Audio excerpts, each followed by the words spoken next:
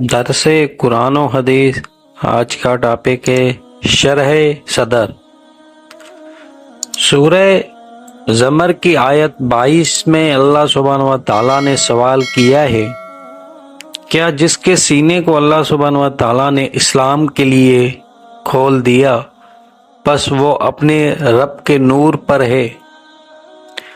یہ حقیقت میں سوال کا ایک جزا ہے۔ سوال کا دوسرا جزا اور جواب حذف کر دیا گیا ہے۔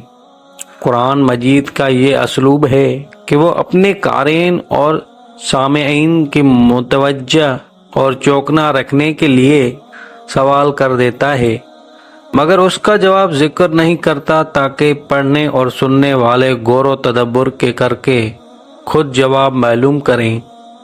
یہاں اگر سوال کا دوسرا حصہ ذکر کیا جائے تو پوری عبارت یعنی بنتی ہے کیا جس کے سینے کو اللہ سبحانہ و تعالیٰ نے اسلام کے لیے کھول دیا پس وہ اپنے رب کے نور پر ہے؟ اس کی طرح ہو سکتا ہے جس کا دل سخت کر دیا گیا، جس کی وجہ سے وہ ظلمت میں رہے۔ ظاہر ہے اس سوال کا جواب یہ ہے کہ یہ دونوں ہرگز برابر نہیں ہو سکتے۔ یہ جواب ہمیں اسی آیت کریمہ کے دوسرے حصہ سے معلوم ہو جاتا ہے، کیونکہ قرآن کریم سوال کرنے کے بعد کہتا ہے پس ہلاکت ہے ان لوگوں کے لیے جن کے دل اللہ سبحانہ و تعالیٰ کے ذکر سے سخت ہو گئے۔ یہ لوگ واضح گمراہی میں ہیں۔ شرح صدر سینہ کھل جانے کا مطلب یہ ہے کہ اللہ سبحانہ و تعالیٰ کسی کے دل میں ایمان، معرفت اور حکمت ڈال دے۔ جسے شرح صدر کی نعمت نصیب ہو جائے اس کے لیے ایمانی تقاضوں کو پورا کرنا اور خلاف ایمان زندگی سے بچنا آسان ہو جاتا ہے۔ وہ مشکلات اور مصائب کے ہجوم میں بھی پوری استقامت کے ساتھ ہدایت کی راہ پر گامزن رہتا ہے۔ غیروں کے طعنے اور اپنوں کی مخالفت اسے زیادہ حق سے نہیں ہٹا سکتی۔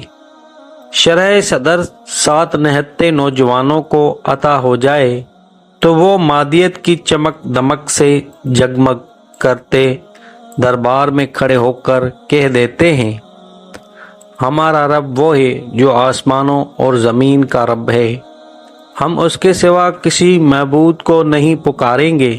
اگر ہم نے ایسا کیا تو یہ سخت زیادتی کی بات ہوگی۔ پھر ان نوجوانوں کو غار میں پناہ دے کر اصحاب کہف کے نام سے شہرت دے دی جاتی ہے۔ شرح صدر کی دولت حضرت بلال، حضرت عمار، حضرت یاسر، حضرت سمیہ، حضرت خباب، حضرت خبیب، حضرت نہدیہ رضی اللہ عنہ جیسے ضعیفوں، غریبوں، بیکسوں، غلاموں اور لونڈیوں کو مل جائے تو وہ برستے کوڑوں، دہکتی آگ، تپتی ریت اور بھاری چٹانوں کی پرواہ کیے بغیر لا الہ الا اللہ کا نعرہ بلند کرتے جاتے ہیں۔ جس کا سینہ اللہ سبحانہ و تعالیٰ اور رسول پاک صلی اللہ تعالیٰ علیہ وآلہ وسلم کی محبت کے لیے کھل دیا جائے اسے ایمان میں حلاوت نصیب ہوتی ہے۔ اس سے رضا الہی کی خاطر بھوکا پیاسا رہنے، مال و دولت خرچ کرنے اور جسم و جان کی قربانی دینے میں مزہ آتا ہے۔ وہ ایمان کی خاطر سب کچھ قربان کرنے کے لیے آمادہ ہو جاتا ہے۔ شرح صدر ہدایت کی دلیل ہے تو سینے کی تنگی گمراہی اور رب کی ناراضگی کی علامت ہے۔ اللہ سبحانہ و تعالیٰ کا عذاب صرف پتھروں کی بارش، سیلاب اور صورتوں کے مسخ ہونے کی شکل میں نہیں آتا۔ اس کی مختلف شکلیں ہو سکتی ہیں۔ دل کی قساوت اور سختی بھی اللہ سبحانہ و تعالیٰ کے عذاب کی ایک شکل ہے۔ بنی اسرائیل اس عذاب میں بھی مبتلا ہوئے تھے۔ سورہ مائدہ 31 میں ہے، ان کی عہد شکنی کی وجہ سے ہم نے ان پر لعنت کی اور ان کے دلوں کو سخت کر دیا۔ جب ان کے دل سخت ہو گئے تو ان کے لیے سود خوری اور اللہ سبحانہ و تعالیٰ کے کلام میں تحریف سمیت ہر گناہ آسان ہو گیا۔ سورہ بقرہ کی آیت میں بھی ان کی قساوت قلبی کا ذکر کیا گیا ہے۔ ارشاد ہوتا ہے، پھر تمہارے دل سخت ہو گئے، پس وہ پتھروں کی طرح ہیں، بلکہ پتھروں سے زیادہ سخت۔ بے شک بعض پتھر ایسے ہیں جن سے نہر پھوٹ پڑتی ہیں، اور بعض ایسے ہیں کہ وہ پھٹتے ہیں تو ان سے پانی نکل آتا ہے، اور بعض ایسے ہیں جو اللہ سبحانہ و تعالیٰ کے خوف سے گر پڑتے ہیں، اور اللہ سبحانہ و تعالیٰ تمہارے کرتوتوں سے بے خبر نہیں۔ جسے اللہ سبحانہ و تعالیٰ ہدایت دینا چاہے اس کے سینے کو کھول دیتا ہے، اور جسے گمراہ کرنا چاہے اس کے سینے کو تنگ کر دیتا ہے۔ سورہ انعام کی آیت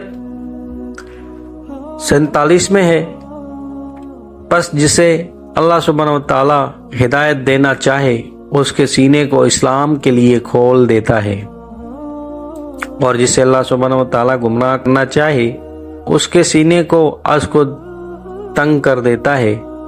گویا وہ آسمان پر چڑھ رہا ہے، اسی طرح اللہ سبحانہ و تعالیٰ گندگی ڈال دیتا ہے ان لوگوں پر جس کے سینے کو تنگ کر دیا جاتا ہے۔ اسے اول تو ایمان قبول کرنا ہی بڑا مشکل محسوس ہوتا ہے۔ اسے یوں لگتا ہے گویا اسے کبھی بھاری چٹان کے اٹھانے یا آسمان پر چڑھنے کا حکم دیا جا رہا ہو، اور اگر بالفرض مجبوری یا دکھاوے کے لیے ایمان قبول کر ہی لے تو وہ ایمان کے تقاضے خوش دلی سے پورے نہیں کرتے۔ وہ نماز پڑھتا ہے تو کاہلی اور بے دلی سے، زکوٰۃ یوں دیتا ہے گویا جرمانہ دے رہا ہو۔ یوں تو شرح صدر کی ہر مسلمان کو ضرورت ہے، مگر دین کے داعی اور مبلغ کے لیے شرح صدر سب سے زیادہ ضروری ہے۔ جب تک اسے اپنی دعوت کی سچائی اور اپنے مشن کی کامیابی کا یقین نہ ہو، وہ دعوت کا فریضہ سر انجام نہیں دے سکتا۔ حضرت موسیٰ علیہ السلام جب اس بادشاہ کے دربار میں تبلیغ حق کے لیے جا رہے تھے جسے اپنے اقتدار اور وسائل و اسباب پر اتنا گھمنڈ تھا کہ وہ ربوبیت کا دعویٰ کرنے سے بھی باز نہیں آتا تھا، تو آپ نے اللہ سبحانہ و تعالیٰ سے شرح صدر کی دعا کی تھی۔ سورہ طٰہٰ میں ہے، اے میرے رب، میرا سینہ کھول دے اور میرے لیے میرا معاملہ آسان فرما دے، اور میری زبان کی گرہ دور فرما دے تاکہ وہ میری بات سمجھ سکیں۔ مطلب یہ تھا کہ میرے دل کو ایسا مضبوط بنا دے کہ میں فرعون کی شان و شوکت سے مرعوب نہ ہوں اور اس کی احمقانہ باتیں سن کر سیکھ پانا ہو جاؤں۔ شرح صدر کی یہ نعمت ہمارے آقا حضرت محمد مصطفیٰ صلی اللہ تعالیٰ علیہ وآلہ وسلم کو بھی عطا کی گئی، مگر آپ میں اور موسیٰ علیہ السلام میں فرق یہ ہے کہ جناب کلیم اللہ علیہ السلام نے شرح صدر کی دعا کی تھی، جبکہ ہمارے آقا حضرت محمد مصطفیٰ صلی اللہ تعالیٰ علیہ وآلہ وسلم کو بن مانگے یہ نعمت عطا کر دی گئی اور فرمایا گیا، کیا ہم نے آپ کے سینے کو کھول نہیں دیا؟ تفسیر بیضاوی کے حاشیہ میں ہے کہ جیسا شرح صدر حضور اکرم صلی اللہ تعالیٰ علیہ وآلہ وسلم کا ہوا، ایسا شرح صدر جہانوں میں سے کسی کا نہیں ہوا۔ سبحان اللہ۔ آپ کے شرح صدر کا تو یہ عالم تھا کہ اس میں اولین اور آخرین کے علوم سما گئے۔ عرب کا ذرہ ذرہ آپ کے خون کا پیاسا، اور ہر طاقتور سردار اور قبیلہ آپ کا مخالف تھا۔